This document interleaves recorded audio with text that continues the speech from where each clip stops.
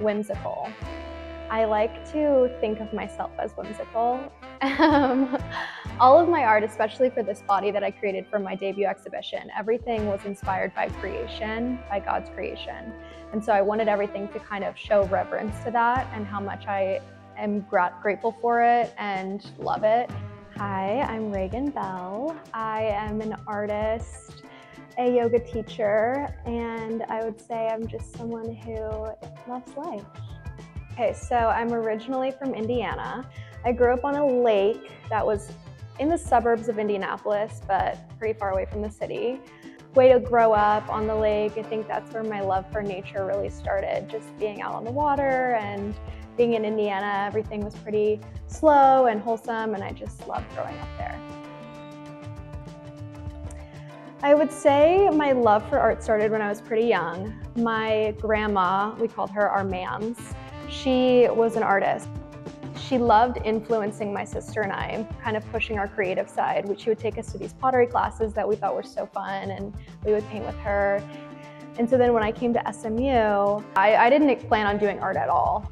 My first semester, I remember thinking like, oh, I kind of miss art. And so I started taking some art classes here and there, not really thinking I was going to be serious about it. And then I ended up studying art alongside my other major. So it has all led me down a really fun path. And I think it really did start when I was a child with my grandma. Right now, my main medium is wood. I really love how natural it is and how you can see the wood grain. That's why I left a lot of it raw. But I want to make sure everything is smooth. So even though you can see the wood grain, it's not like you're going to touch it and it's going to be bumpy or anything. Everything is smooth. All of my art, especially for this body that I created for my debut exhibition, everything was inspired by creation, by God's creation. And so I wanted everything to kind of show reverence to that and how much I am grateful for it. And especially these, because they're made of wood. I really liked the natural element that wood brings.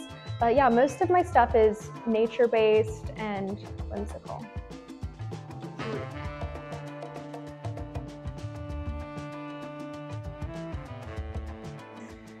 Okay, so the piece right behind me, the title is Living Water.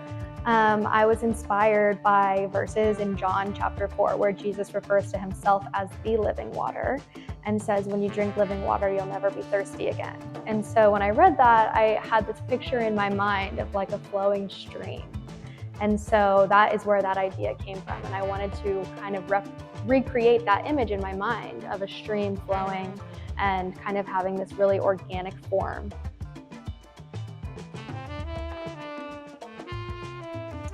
I think my main message, especially with this body of work, was just my reverence for creation. And I wanted to bring that forward in a way that was beautiful.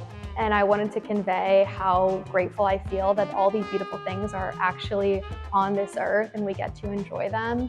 And I didn't want to do any, disservice to that. So I wanted everything to be beautiful and as it should be. But it wasn't really until I was in college that I kind of had this, epiphany of like, oh, everyone is not Christian. Like, because I grew up in kind of a small town, everyone kind of had the same beliefs. And then I moved to Dallas and I was like, oh my gosh, people are different here. The verse that always comes to mind when I talk about this, Romans 12:2, it says, do not conform to the pattern of this world, but be transformed by the renewing of your mind. Then you will be able to test and approve God's will, his good, pleasing, and perfect will. And I love that verse because I found myself at a fork in the road and I thought, am I going to conform to the pattern of the world or transform? And so I decided to transform and I was going to stick with my beliefs. And I'm so happy that I did because I feel like the Lord has really blessed me into my career. And I'm so lucky that he gave me passions. I think passions are such a gift. And, a lot of people say, find what you love and do that. But I kind of disagree with that. I think you should find what you're good at and do that because usually what you're good at is the gift that God gave you. So I think it's important to look for those things that God has given each of us, those gifts, and follow those. So when I was a kid, my mom was kind of practicing here and there. She was not like a super devout yogi or anything, but I had known about yoga.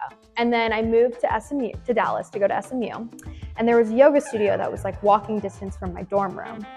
And so I started going there a couple times a week just to work out, and I enjoyed it. And so I was going for a while, and one of my favorite teachers after class one day was like, "Reagan, you're pretty good at this. Like, you should think about becoming a teacher." And I was like, "Me? I'm not." Like, I was 18, you know, I felt like I was just a kid.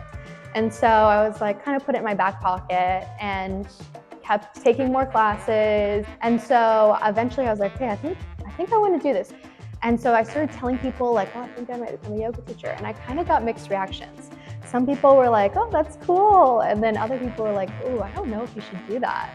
And I was like, what do you mean? And these were older people that maybe in my church or people that I respected. And people were saying, "Oh, Christians don't do yoga." And I had never heard that before. And I was like, "What do you mean?" And so I started doing some research about it. And it turns out that is a pretty widely held opinion that Christians shouldn't do yoga because of the Hindu and Buddhist origins of the practice. And so I was like, whoa, you know, I had never heard this before.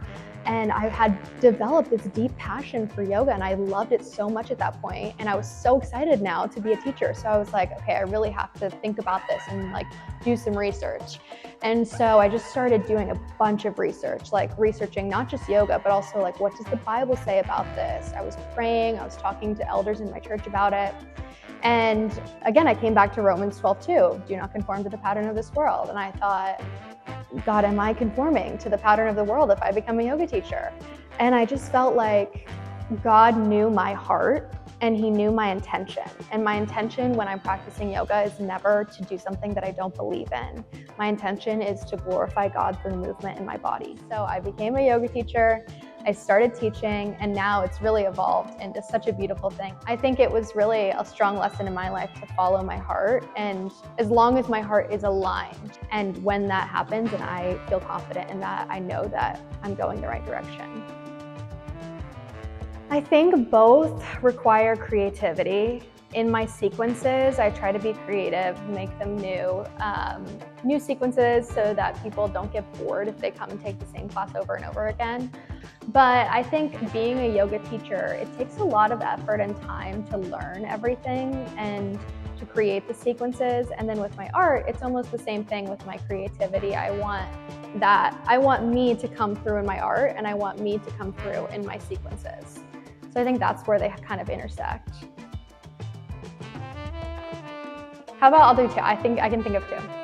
Okay, so I think the most important thing that I would like to come through with my yoga and my art is love. I think love is so important, and I think there's levels. Like, number one, love God. I want that to come through in everything I do. I want God to be the center of me and everything I create. Number two, loving others. I think when people come in my class and they feel known by me, I want them to feel loved.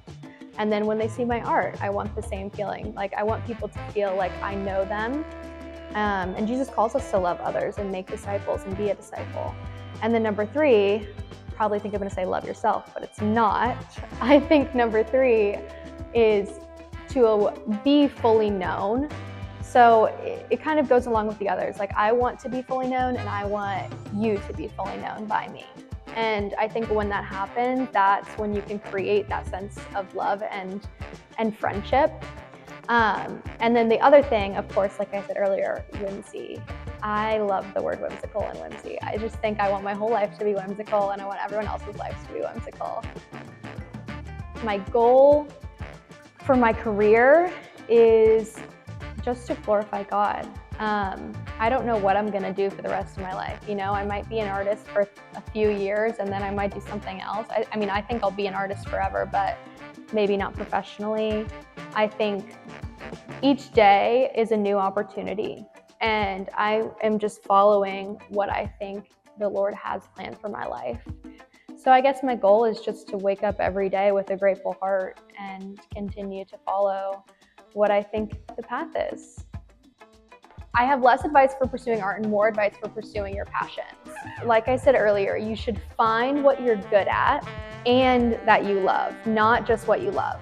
And then pursue that. Like, build your talent, keep putting in more hours. You know, they say you need like 10,000, yeah, 10,000 hours to master a skill. And I think it's true, you just have to keep putting in hours. But if you love doing it, those hours don't feel like 10,000 hours. And then you'll find success if you put in work and you have passion. So I think, again, follow what you're passionate about. And that is what leads to a successful life.